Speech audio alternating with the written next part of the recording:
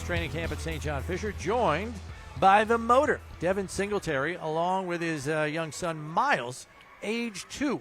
And future running back. Does he have 5 points of pressure on that football right now? We got to work on the technique a little, but we'll get there. We'll get there. Well, I'm sure you'll be working with him on it. When the ball's the length of half your body, it's hard to get a 5 points. It's kind of tough. We'll give him a break on that. We'll cut him some slack. How you doing? You doing all right? Good, man. I'm doing good. 3 straight days. Well, not 3 straight days, but the last 3 practices all in pads. I know that's kind of when the game gets a little more real. Yeah. You know it's closer. But for a running back, you kind of need that to get ready, right? Definitely. Was looking forward to pads because that's, like you said, that's when we get ready. We get a feel for things even more and, getting ready for actual game speed. You know How's it gone so far? It's been going smooth. Like the first 2 days, kind of getting your feet under you, trying to get that feeling back. The third day, we kind of call it dog day because you might be feeling a little tired or whatever. Right. And, catches up. But, it feels good to be back out here, man. There may not be anybody better to ask this of than you. Ken Dorsey's new offensive coordinator. You're the guy standing there next to Josh in the backfield all the time. What do you feel is different maybe coming down the pipe with this offense with Ken Dorsey calling the plays rather than Brian Dable? Right. I'm kind of still getting a feel for it, but what I can say, Ken, he brings a lot of great energy day in, day out, and guys follow that. Guys are feeling that. It's rubbing off on guys. That's the best way to put it so far. It's still early on. Like I said, we're still getting a feel, but every day he brings great energy. What we've asked a couple of players now, like give us a word or 2 words to describe Coach Dorsey's approach as a play caller. Gabe Davis said the same thing as a couple other guys. Aggressive. Is that kind of an accurate early read on Coach? Yeah, silent assassin all the way. Okay. All the way. That's him all the way. Why? Like you just kind of feel like that's his makeup? That's just the energy he brings. Yeah. That's just the energy he brings, you know what I'm saying? And like I said, you can feel that. Yeah. Everybody feels that, and it's rubbing off on us big time. Yeah, and you can tell. It's hard to know, too, because you're installing so much, and then offenses knew you're getting reps against guys, and, you're getting reps, and maybe sometimes you run the same play a couple of times. You never get to run this other play because somebody else has turned to run it, that kind of thing. What has it been like in the meeting rooms? How has he handled the room? It's different when the guy's sitting next to you in a meeting, and all of a sudden now he's at the front of the room running the meeting. Yeah, our approach is being hungry, being aggressive, and playing fast. You know what I'm saying? And every day he preaches, focus on today, win today. You know what I'm saying? Right. And with that approach, I feel like that's a great approach. You can only get better with that approach because you're focusing on what's in front of you and being in the now, handling what's now. Right. Gotcha. Yeah. How is the South Florida crew? Your running back room, all South Florida guys. Even the vet, Duke Johnson, South Florida guy. Do you guys make fun of Coach Skipper because he's from California? Like, how much does that help the vibe in the room? Because there's a different way in which you guys can all relate. Because if it's something as simple as, hey, that restaurant down there, because everybody can kind of relate to being from the same place. How does that help the relationship in the room? Man, it helps out a lot, man. Like you said, Duke being the older guy from Florida, we all watch Duke. Right. Duke he's a legend in Florida. Okay. You know what I'm saying? Then you got the young guys. We all kind of played with each other, played against each other, or heard about each other. And, man, it just helps. We all South Florida guys is like family already because we already knew each other or knew of each other. Okay. So it's just like once we got here, we just hit the ground running. And, you know what I'm saying? And you were already training with James and his brother Dalvin, right? Yep, you guys all kind of trained together. Yeah. How many years have you been training to get, I guess, a little bit more with Dalvin?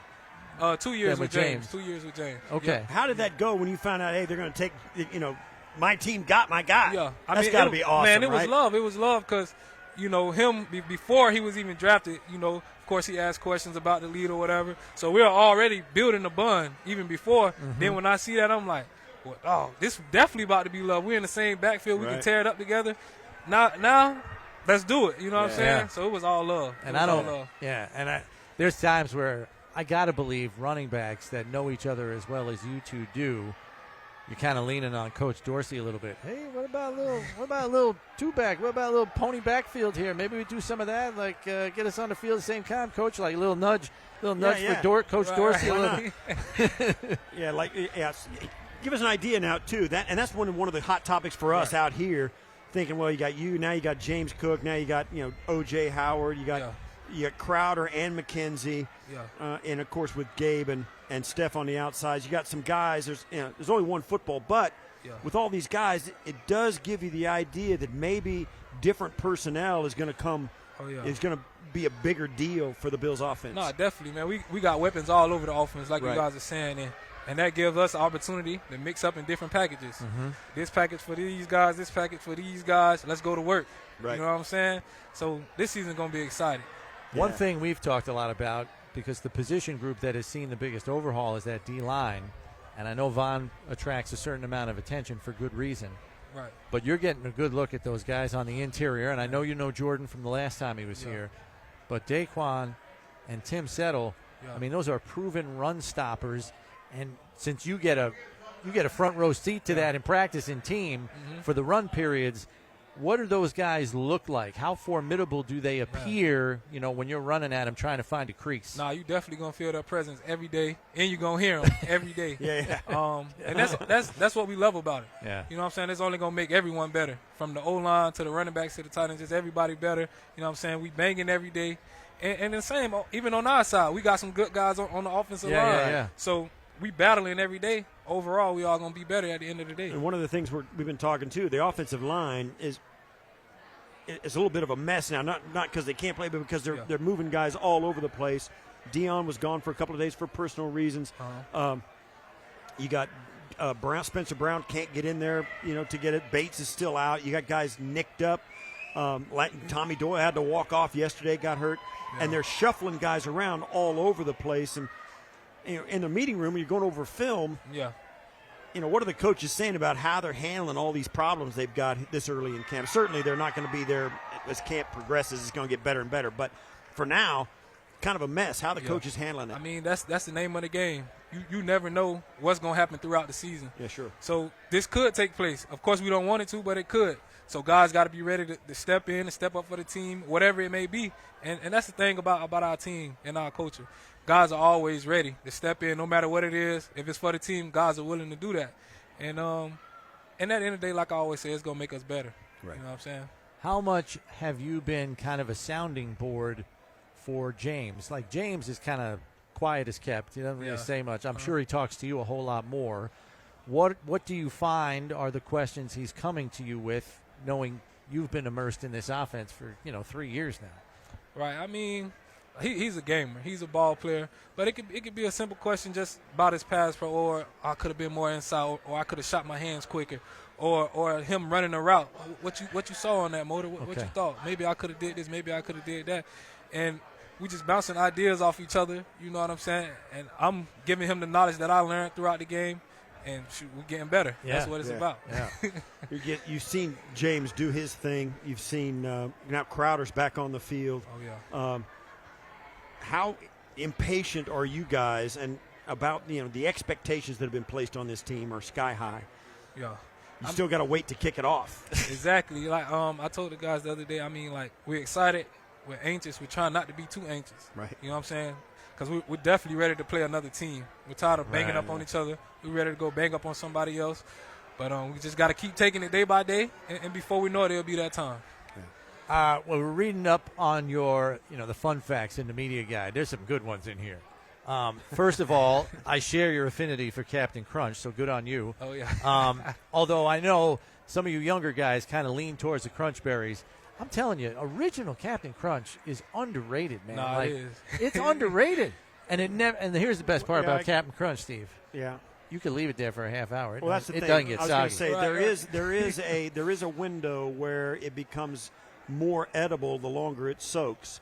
I was just wondering if you guys have do you leave it, or do you just risk? It can do murder on your gums sometimes. Do you risk the roof of your mouth and just go ahead and chow down? Is that your take? It just depends on what's going on. If you're hungry enough, don't wait. Yeah, sometimes I might get right into it, or I might be dealing with Miles. We might be running around, let it sit for a second, I come back, and it's still good to go. Yeah, right. Just depends. So what is number one on the Crunch Berry list? Because, they got peanut butter, they got Crunch Berries, they got regular.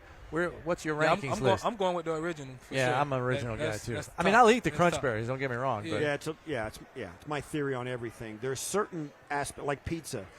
Pepperoni pizzas has made millions of dollars. Don't go off on the pineapple and Right.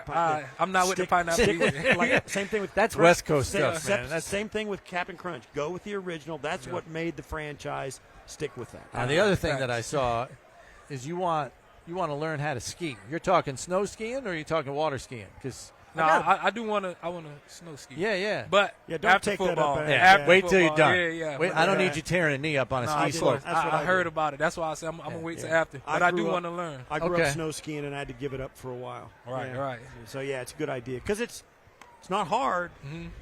Oh, for an athlete, it'd But be it easy. Yeah, It's still but- dangerous. Yeah. It's You like gotta- driving. It's not just you either. Somebody come crashing into it. If you're going, just wait.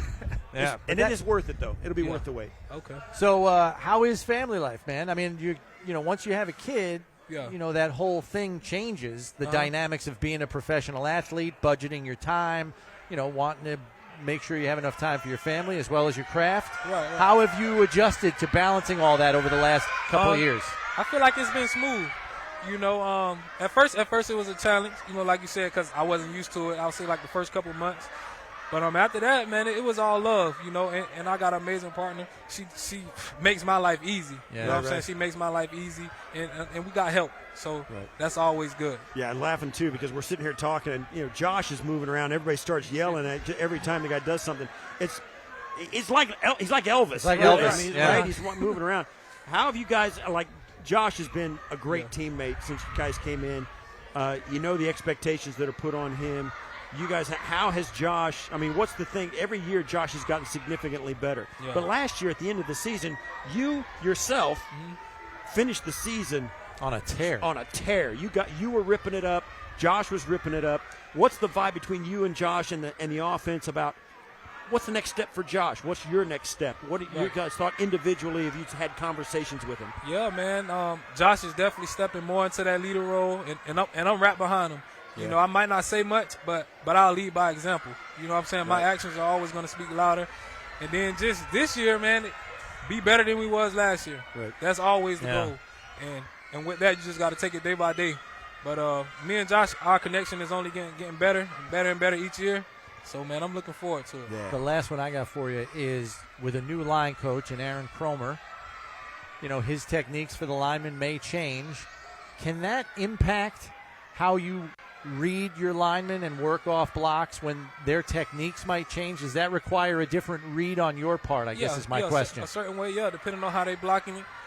The steps might be a little different, or you might have to cut it up a little early or be a little more patient. Just depending on the play.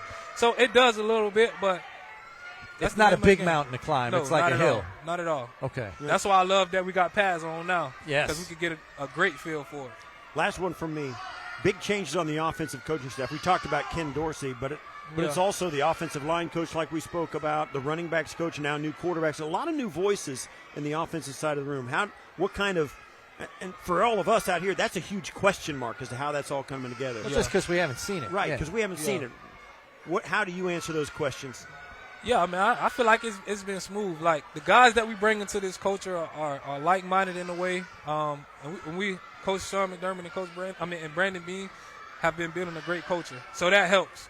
You know what I'm saying? So that's the best way to put it. It's been smooth. Of course, there's going to be a couple bumps along the way, but you got to get over it. That's life. You know what I'm saying? So, yeah. Thanks, Motor. Great seeing you, man. Appreciate the Great seeing you time. guys as well. That's care. Devin Singletary joining us Stay here. in one piece, bro. Yeah, exactly. Stay healthy. That's Motor Singletary joining us here on One Bills Live.